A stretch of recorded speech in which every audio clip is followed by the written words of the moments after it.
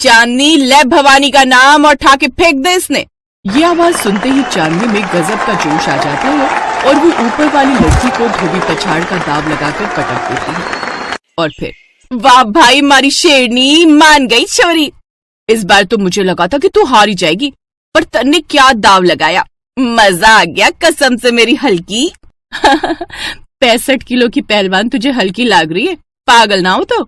अरे वो हिंदी वाली हल्की नहीं रे, वो अंग्रेजों की फिल्म में है ना, वो हरा सा बड़ा सा आदमी हलक, वैसे तुम्हारे हरियाणा की हल्की है।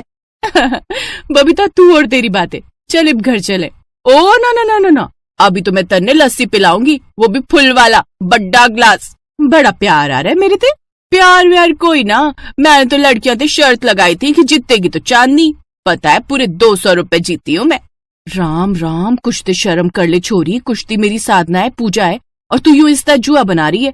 अरे तो तू कर अपनी साधना, किसने रोका है तन्ने, पर मन ने कुछ पीसे कमाण लेन दे, अब फिर मैं तो लस्सी पिला रही हूँ ना तन्ने। ये है चांदनी, और जैसा इसका भारी शरीर वैसा ही इसका गुस्सा। चांदनी हरियाणा के हिसार की रहने वाली थी और वही कॉलेज में रहकर पढ़ाई कर रही थी। उसका एक ही शौक था और वो थी कुश्ती। ध्यान से खेलिए चांदनी, सुना है बड़ी खतरनाक पहलवान है, ये तेरा फाइनल मुकाबला है, अगर इसे हरा दिया ना तो तू बन जाएगी इंटर कॉलेज रेसलिंग चैंपियन। तू चिंता ना कर, अब देखिए मैं कैसे इसे पटकनी देती हूँ। आज मुझे 2 काम निपटाने, एक तो यही हो गई, दूसरा किसे निपटाना है, शाम को लड़के वाले आ रहे देखने, पहले इसे पटक दूं, फिर उन्हें भी देख लूंगी। मुकाबला कड़ा था, पर चांदनी ने 3 बार की चैंपियन को कुछ ही मिनटों में उठाकर पटक दिया।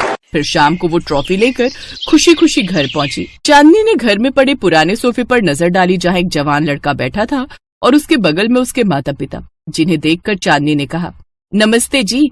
नमस्ते नमस्ते बेटा, बहन जी यही चांदनी है? हाँ जी, यही मेरी फूल सी बच्ची है, मेरी इकलौती बेटी चांदनी। अच्छा अच्छा बेटा, बड़ा ही पसीने पसीने हो रही हो, कहीं से भाग कर आ रही हो के? अरे वो कॉलेज में नींबू चम्मच दौड़ होती है ना, तो उसमें पहले नंबर पर आई है जी हमारी छोरी। चांदनी ने कई साल मेहनत करके ट्रॉफी जीती थी, पर उसकी माँ ने उसकी तारीफ करने के बजाय उसकी कुश्ती पर नींबू निचोड़ दिया था। तो गुस्से में चांदनी ने रसोई में दांत पीसते हुए कहा, माँ तने झूठ क्यों बोलिया, मैं नींबू चैंपियन हूँ, तने सच क्यों ना बोलिया? अच्छा और क्या कह दूं कि मेरी लाडली कुश्ती चैंपियन है, 2 लड़कियों को उठा के फेंक देती है, बताइए सुन के कौन शादी करेगा तुझसे? पर माँ मुझे नहीं करनी शादी वादी। देख मेरी लाडो, तेरे बापू अब इस दुनिया में है नहीं, और मैं इससे अच्छा लड़का नहीं ढूंढ सकती तेरे लिए। अरे रेलवे में क्लर्क है वो, महीने के कमाता है 40-45 हजार। अच्छा, और दहेज कितना लेगा?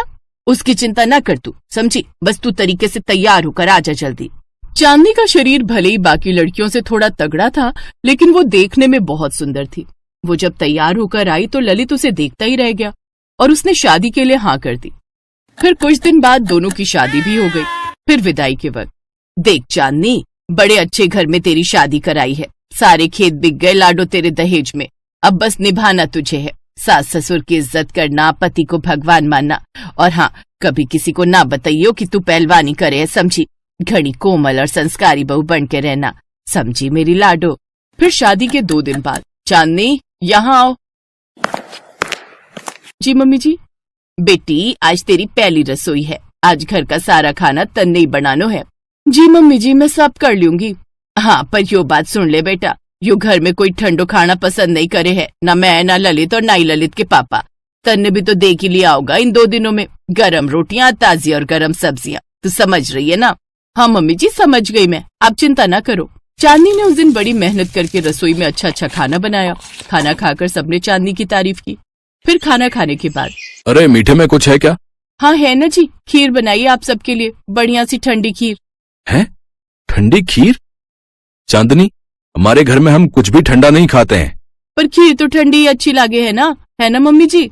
एक बार कह दिया ना तो बहस क्यों कर रही है, जा जाके खीर गरम करके ले आ।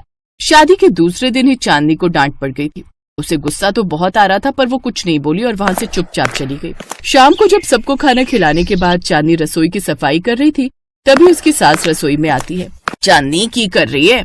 बस मम्मी जी रसोई साफ कर दी है, बस ये बचा हुआ आटा फ्रिज में रखने जा रही थी। क्यों फ्रिज में क्यों? सुबह पराठे बना दूंगी ना गर्मा गर्म सबके लिए। हैं? बासी आटे के पराठे? तने बताया था ना कि यहाँ सब गर्मा गर्म खाते हैं। वो तो ठीक है मम्मी जी, पर इस आटे का क्या करूँ मैं अब? फेंक दे, और क्या करेगी, और आगे से ध्यान रखियो। चांदनी को बहुत बुरा लगा और गुस्सा भी आया, क्योंकि उसकी माँ ने उसे हमेशा अन्न का सम्मान करना सिखाया था। इसी तरह कई साल बीत गए। चांदनी अपने ससुराल के हिसाब से ढलने लगी। फिर एक दिन चांदनी जब सुबह उठी तो उसे तेज बुखार था। उसे कमजोरी का एहसास हो रहा था कि तभी उसकी सास ने उसे आवाज लगाई, चांदनी, ओ चांदनी, अरे कहाँ है? देखो कितना टाइम हो गया और ये महारानी अभी तक कमरे से ना निकली। सॉरी मम्मी जी, वो थोड़ा बुखार है तो बस इसीलिए लेट हो गई। एक तो आजकल की बहुओं के नखरे ना पूरे होते। अरे हम अपने जमाने में मरने की नौबत भी होते थे ना तो गर्मा गर्म रसोई चालू रहती थी हमारी। जी मैं बस अभी बनाती हूँ नाश्ता। रहने दो माँ, मैं बाहर से ही कुछ खा लूंगा, मैं लेट हो रहा हूँ। ललित गुस्से में चांदनी को घूर कर वहां से चला गया। लता भी उसे खरी खोटी सुनाकर चली गई। कुछ देर बाद अचानक घर के दरवाजे की घंटी बजी और फिर, नमस्ते आंटी जी। नमस्ते बेटा, तुम कौन? बबीता तू? हाँ आंटी जी, दो जिस्म एक जान थे हम। पर तुझे क्या हुआ, तू इतनी कमजोर कैसे हो गई? चांदनी ने बबीता से कुछ नहीं कहा और उसे अपने साथ रसोई में ले आई। सुबह सुबह पति और फिर सास से डांट खाकर उसका मूड वैसे ही खराब था। और फिर जब बबीता ने उसे कुरेदा तो उसकी आंखें छलक आई। वो रुआसी होकर बबीता के गले लगकर रोने लगी। इसी बीच तवे पर रखी रोटी जलने लगी और तभी लता रसोई में आई और जली हुई रोटी देखकर भन्ना गई। उसने बबीता के सामने एक जोरदार तमाचा चांदनी के गाल पर जड़ दिया और फिर, चांदनी, ले भवानी का नाम हो, उठा के फेंक दे बुढ़िया ने। इतना सुनते ही चांदनी को पता नहीं क्या हुआ। उसने अगले ही पल लता को गर्दन और घुटने से पकड़ा और उसे अपने सिर के ऊपर हवा में उठा दिया। लता डर के मारे चीखने लगी। उसकी चीख सुनकर ललित और उसके पिता रसोई में भागे चले आए और चांदनी का रौद्र रूप देखकर उन दोनों के भी हलक सूख गए। चांदनी, माँ को नीचे उतार दो प्लीज, इतनी ऊपर से गिरी तो हड्डी टूट जानी है माँ की। जिज्जा जी, वो इंटर कॉलेज चैंपियन रही है रेसलिंग की। उसने ठा के फेंका ना तो कम से कम 7-8 तो टूटेंगी। उसकी शराफत का और फायदा ना उठाओ। मैंने उसके अंदर की शेरनी जगा दी, अब उसे परेशान करने की गलती ना करना, वरना गर्मा गर्म रसोई की जगह क्या फायदा। आपकी कनपटी पे 2-4 गर्मा गर्म धर दे।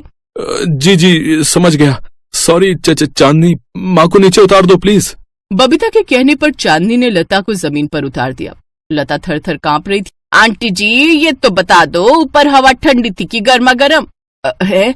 अरे ना बेटी, अब तो कुछ गर्मा गर्म ना चाहिए, जैसी बहू की मर्जी हो वैसे एडजस्ट कर लेंगे हम तो। देख लिया चांदनी, तू तो खामखा परेशान हो रही थी। चल अब मैं चलती हूँ, बाकी कभी फिर ते मेरी जरूरत पड़े तन्ने जोश भरण खातर ते बुला लियो। इसके बाद चांदनी ने मुस्कुराते हुए बबीता को विदा किया